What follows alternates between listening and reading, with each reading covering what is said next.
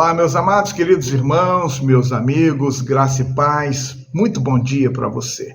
Quero então saudá-lo nesta manhã, desejando as bênçãos de Deus sobre a sua vida, e assim então juntos nós vamos caminhando aqui, com o nosso canal Porção Diária da Palavra, e assim temos a oportunidade de meditar na Palavra de Deus e vamos seguindo juntos. A palavra de Deus que nos conforta, que nos encoraja, que nos auxilia, que nos ajuda na nossa caminhada. Eu quero, então, desejar que você tenha um dia abençoado, que você consiga alcançar tudo quanto você tem planejado, então que seja, de fato, um dia em que Deus guarde e proteja você. Assim, eu quero hoje ler a palavra de Deus que está no livro do profeta Jonas, capítulo 4, do verso 1 até o verso 4, que diz: Mas Jonas ficou muito aborrecido e com raiva, ele orou ao Senhor e disse: Senhor, não foi isso que eu disse estando ainda na minha terra? Por isso me adiantei, fugindo para Tarsis, pois sabia que tu és Deus bondoso, compassivo, tardio em irar-se, grande em misericórdia, que mudas de ideia quanto ao mal que anunciaste. Agora, Senhor, peço que me tires a vida, porque para mim é melhor morrer do que viver. E o Senhor disse: Você acha que é razoável essa sua raiva? Então aqui está a palavra de Deus para nós. O profeta Jonas, Deus o comissionou para que fosse a grande cidade de Nínive e pregasse contra aquela cidade. O sermão de Jonas era um sermão curto. Ele deveria anunciar àquela cidade que em 40 dias ela seria destruída. 40 dias Nínive será destruída. 40 dias Nínive será destruída. Então a mensagem de Jonas era essa. Uma mensagem curta, direta, objetiva. Só que antes que ele chegasse ou que ele fosse para a cidade de Nínive, então ele foi até o porto, pagou a sua passagem, entrou no navio que ia para Tarsis. Se Nínive era para uma direção, ele pegou a direção oposta. Então ele foi para aquilo que nós podemos dizer final do mundo, Ele não queria estar perto de Nínive. Ele não queria chegar à cidade de Nínive. Não queria pregar contra aquela cidade. E então, a palavra de Deus diz que ele foi para o fundo do navio, e lá então ele adormeceu, e ali, então o navio partiu, e quando estava trafegando, estava em viagem, houve uma grande tempestade. Os marinheiros tentaram de toda forma vencer a tempestade, não estavam conseguindo. E aí começaram procurando saber o que aconteceu, lançaram sortes e caiu.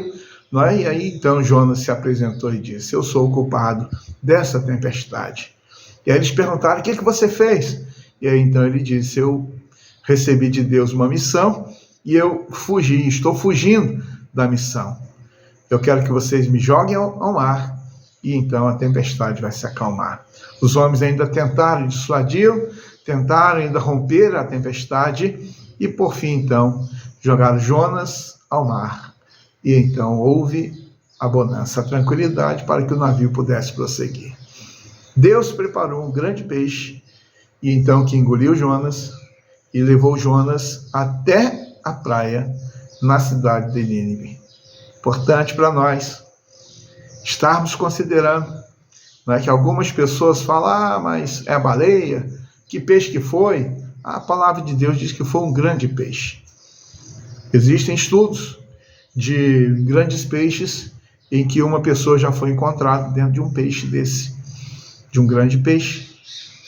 E aí então muitas pessoas zombam dessa realidade.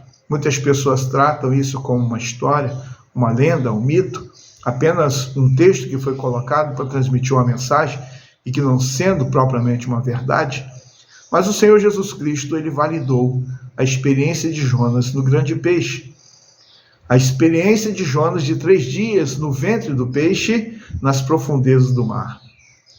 É importante que o Senhor Jesus, então, ele utiliza dessa experiência, mostrando para nós a veracidade, a autenticidade da palavra.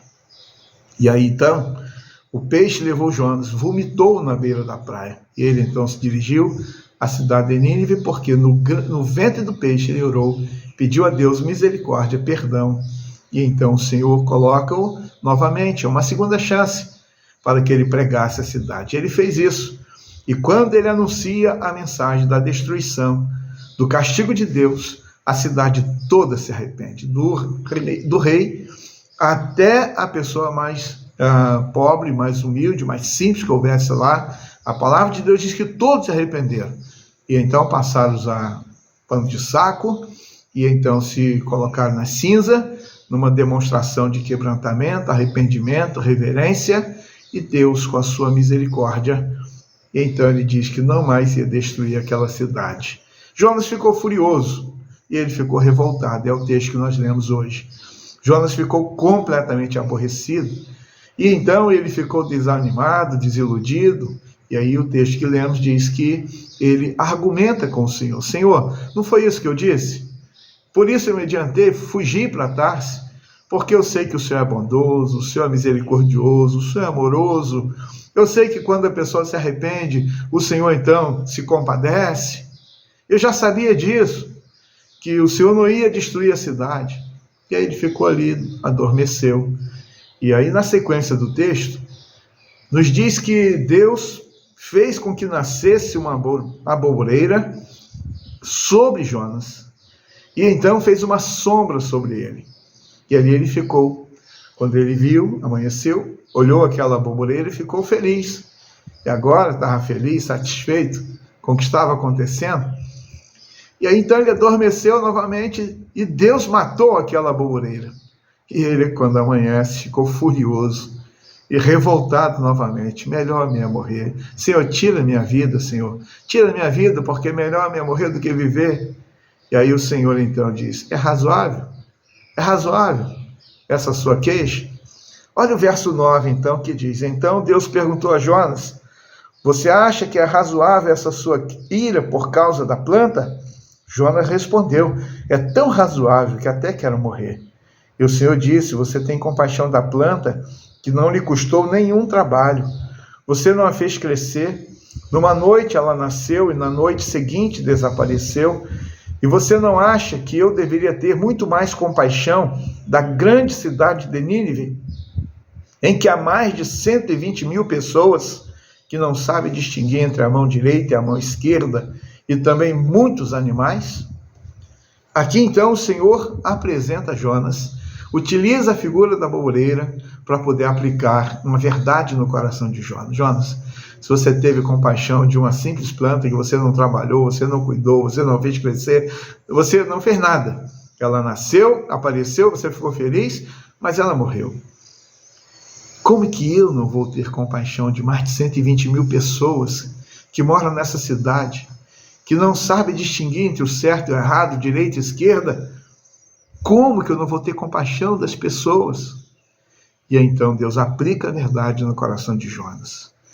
Queridos, nós podemos pensar que muitas vezes nós também ficamos chateados com algumas coisas, aborrecidos. Muitas vezes nós ficamos irados pela maneira como pessoas que são ruins, pessoas que nós olhamos, atribuímos a elas um valor negativo, tratamos até com palavras pejorativas, marginalizamos, achamos que elas não merecem nada, e muitas vezes vamos dizer que elas merecem até o inferno. Só que a grande verdade é que Deus enviou Jesus a este mundo para morrer por todos os pecadores. Jesus Cristo veio a este mundo para se entregar na cruz, para conceder o benefício da salvação e do perdão dos pecados para todas as pessoas. Todo aquele que nele crê não pereça, mas tem a vida eterna. Então Jesus veio para que todos tenham a oportunidade da salvação. E assim então devemos olhar para todas as pessoas, contemplá-las e saber que elas também são alvo do amor de Deus. Elas merecem também uma oportunidade. E da mesma forma como nós fomos alcançados, Deus deseja que todas as pessoas também ouçam a mensagem e sejam alcançados pela mensagem do Evangelho. Então, nós temos aqui o chamado de Jonas, a rebelião de Jonas, o aborrecimento de Jonas, a oportunidade que Deus lhe concede, uma segunda chance. Deus se revela a Jonas. Deus mostra a Jonas que o ser humano, a alma de todas as pessoas, elas são muito preciosas para Deus, para o nosso Senhor Jesus. Então, que Deus nos abençoe e nos ajude para que tenhamos cada vez mais amor por todas as pessoas, porque é isso que o Senhor deseja para cada um de nós. Eu quero convidar você, vamos orar? Querido Deus, nós agradecemos pela Tua palavra de hoje e nos ajude, ó Deus, a entendermos os Teus planos, os Teus propósitos e a estarmos, ó Deus, olhando para cada pessoa como uma alma preciosa para o Senhor. Ó Deus, nos ajude, Deus, a de fato, Deus, nos importarmos com aqueles que estão perdidos, para que sejam salvos, para que sejam transformados, para que tenham a alegria da salvação. Quero pedir que abençoe os meus irmãos, a Tua igreja, mas quero pedir também, Senhor, por aqueles que estão enfermos, acamados, entristecidos, enlutados, pessoas que estão vivendo, Deus, dramas tão grandes, lutas terríveis, ó Deus, e que muitas vezes já não acham que tem mais solução, mas que o Senhor esteja abençoando, Deus, nessa manhã, nesse dia, Deus, concedendo graça, bondade, misericórdia, restaurando, Deus, socorrendo, concedendo, Deus, sabedoria, discernimento para a tomada de decisões. Eu peço pelo dia de hoje e eu oro em nome de Jesus. Amém. Um abraço para você, um dia de paz. Até amanhã, se Deus permitir.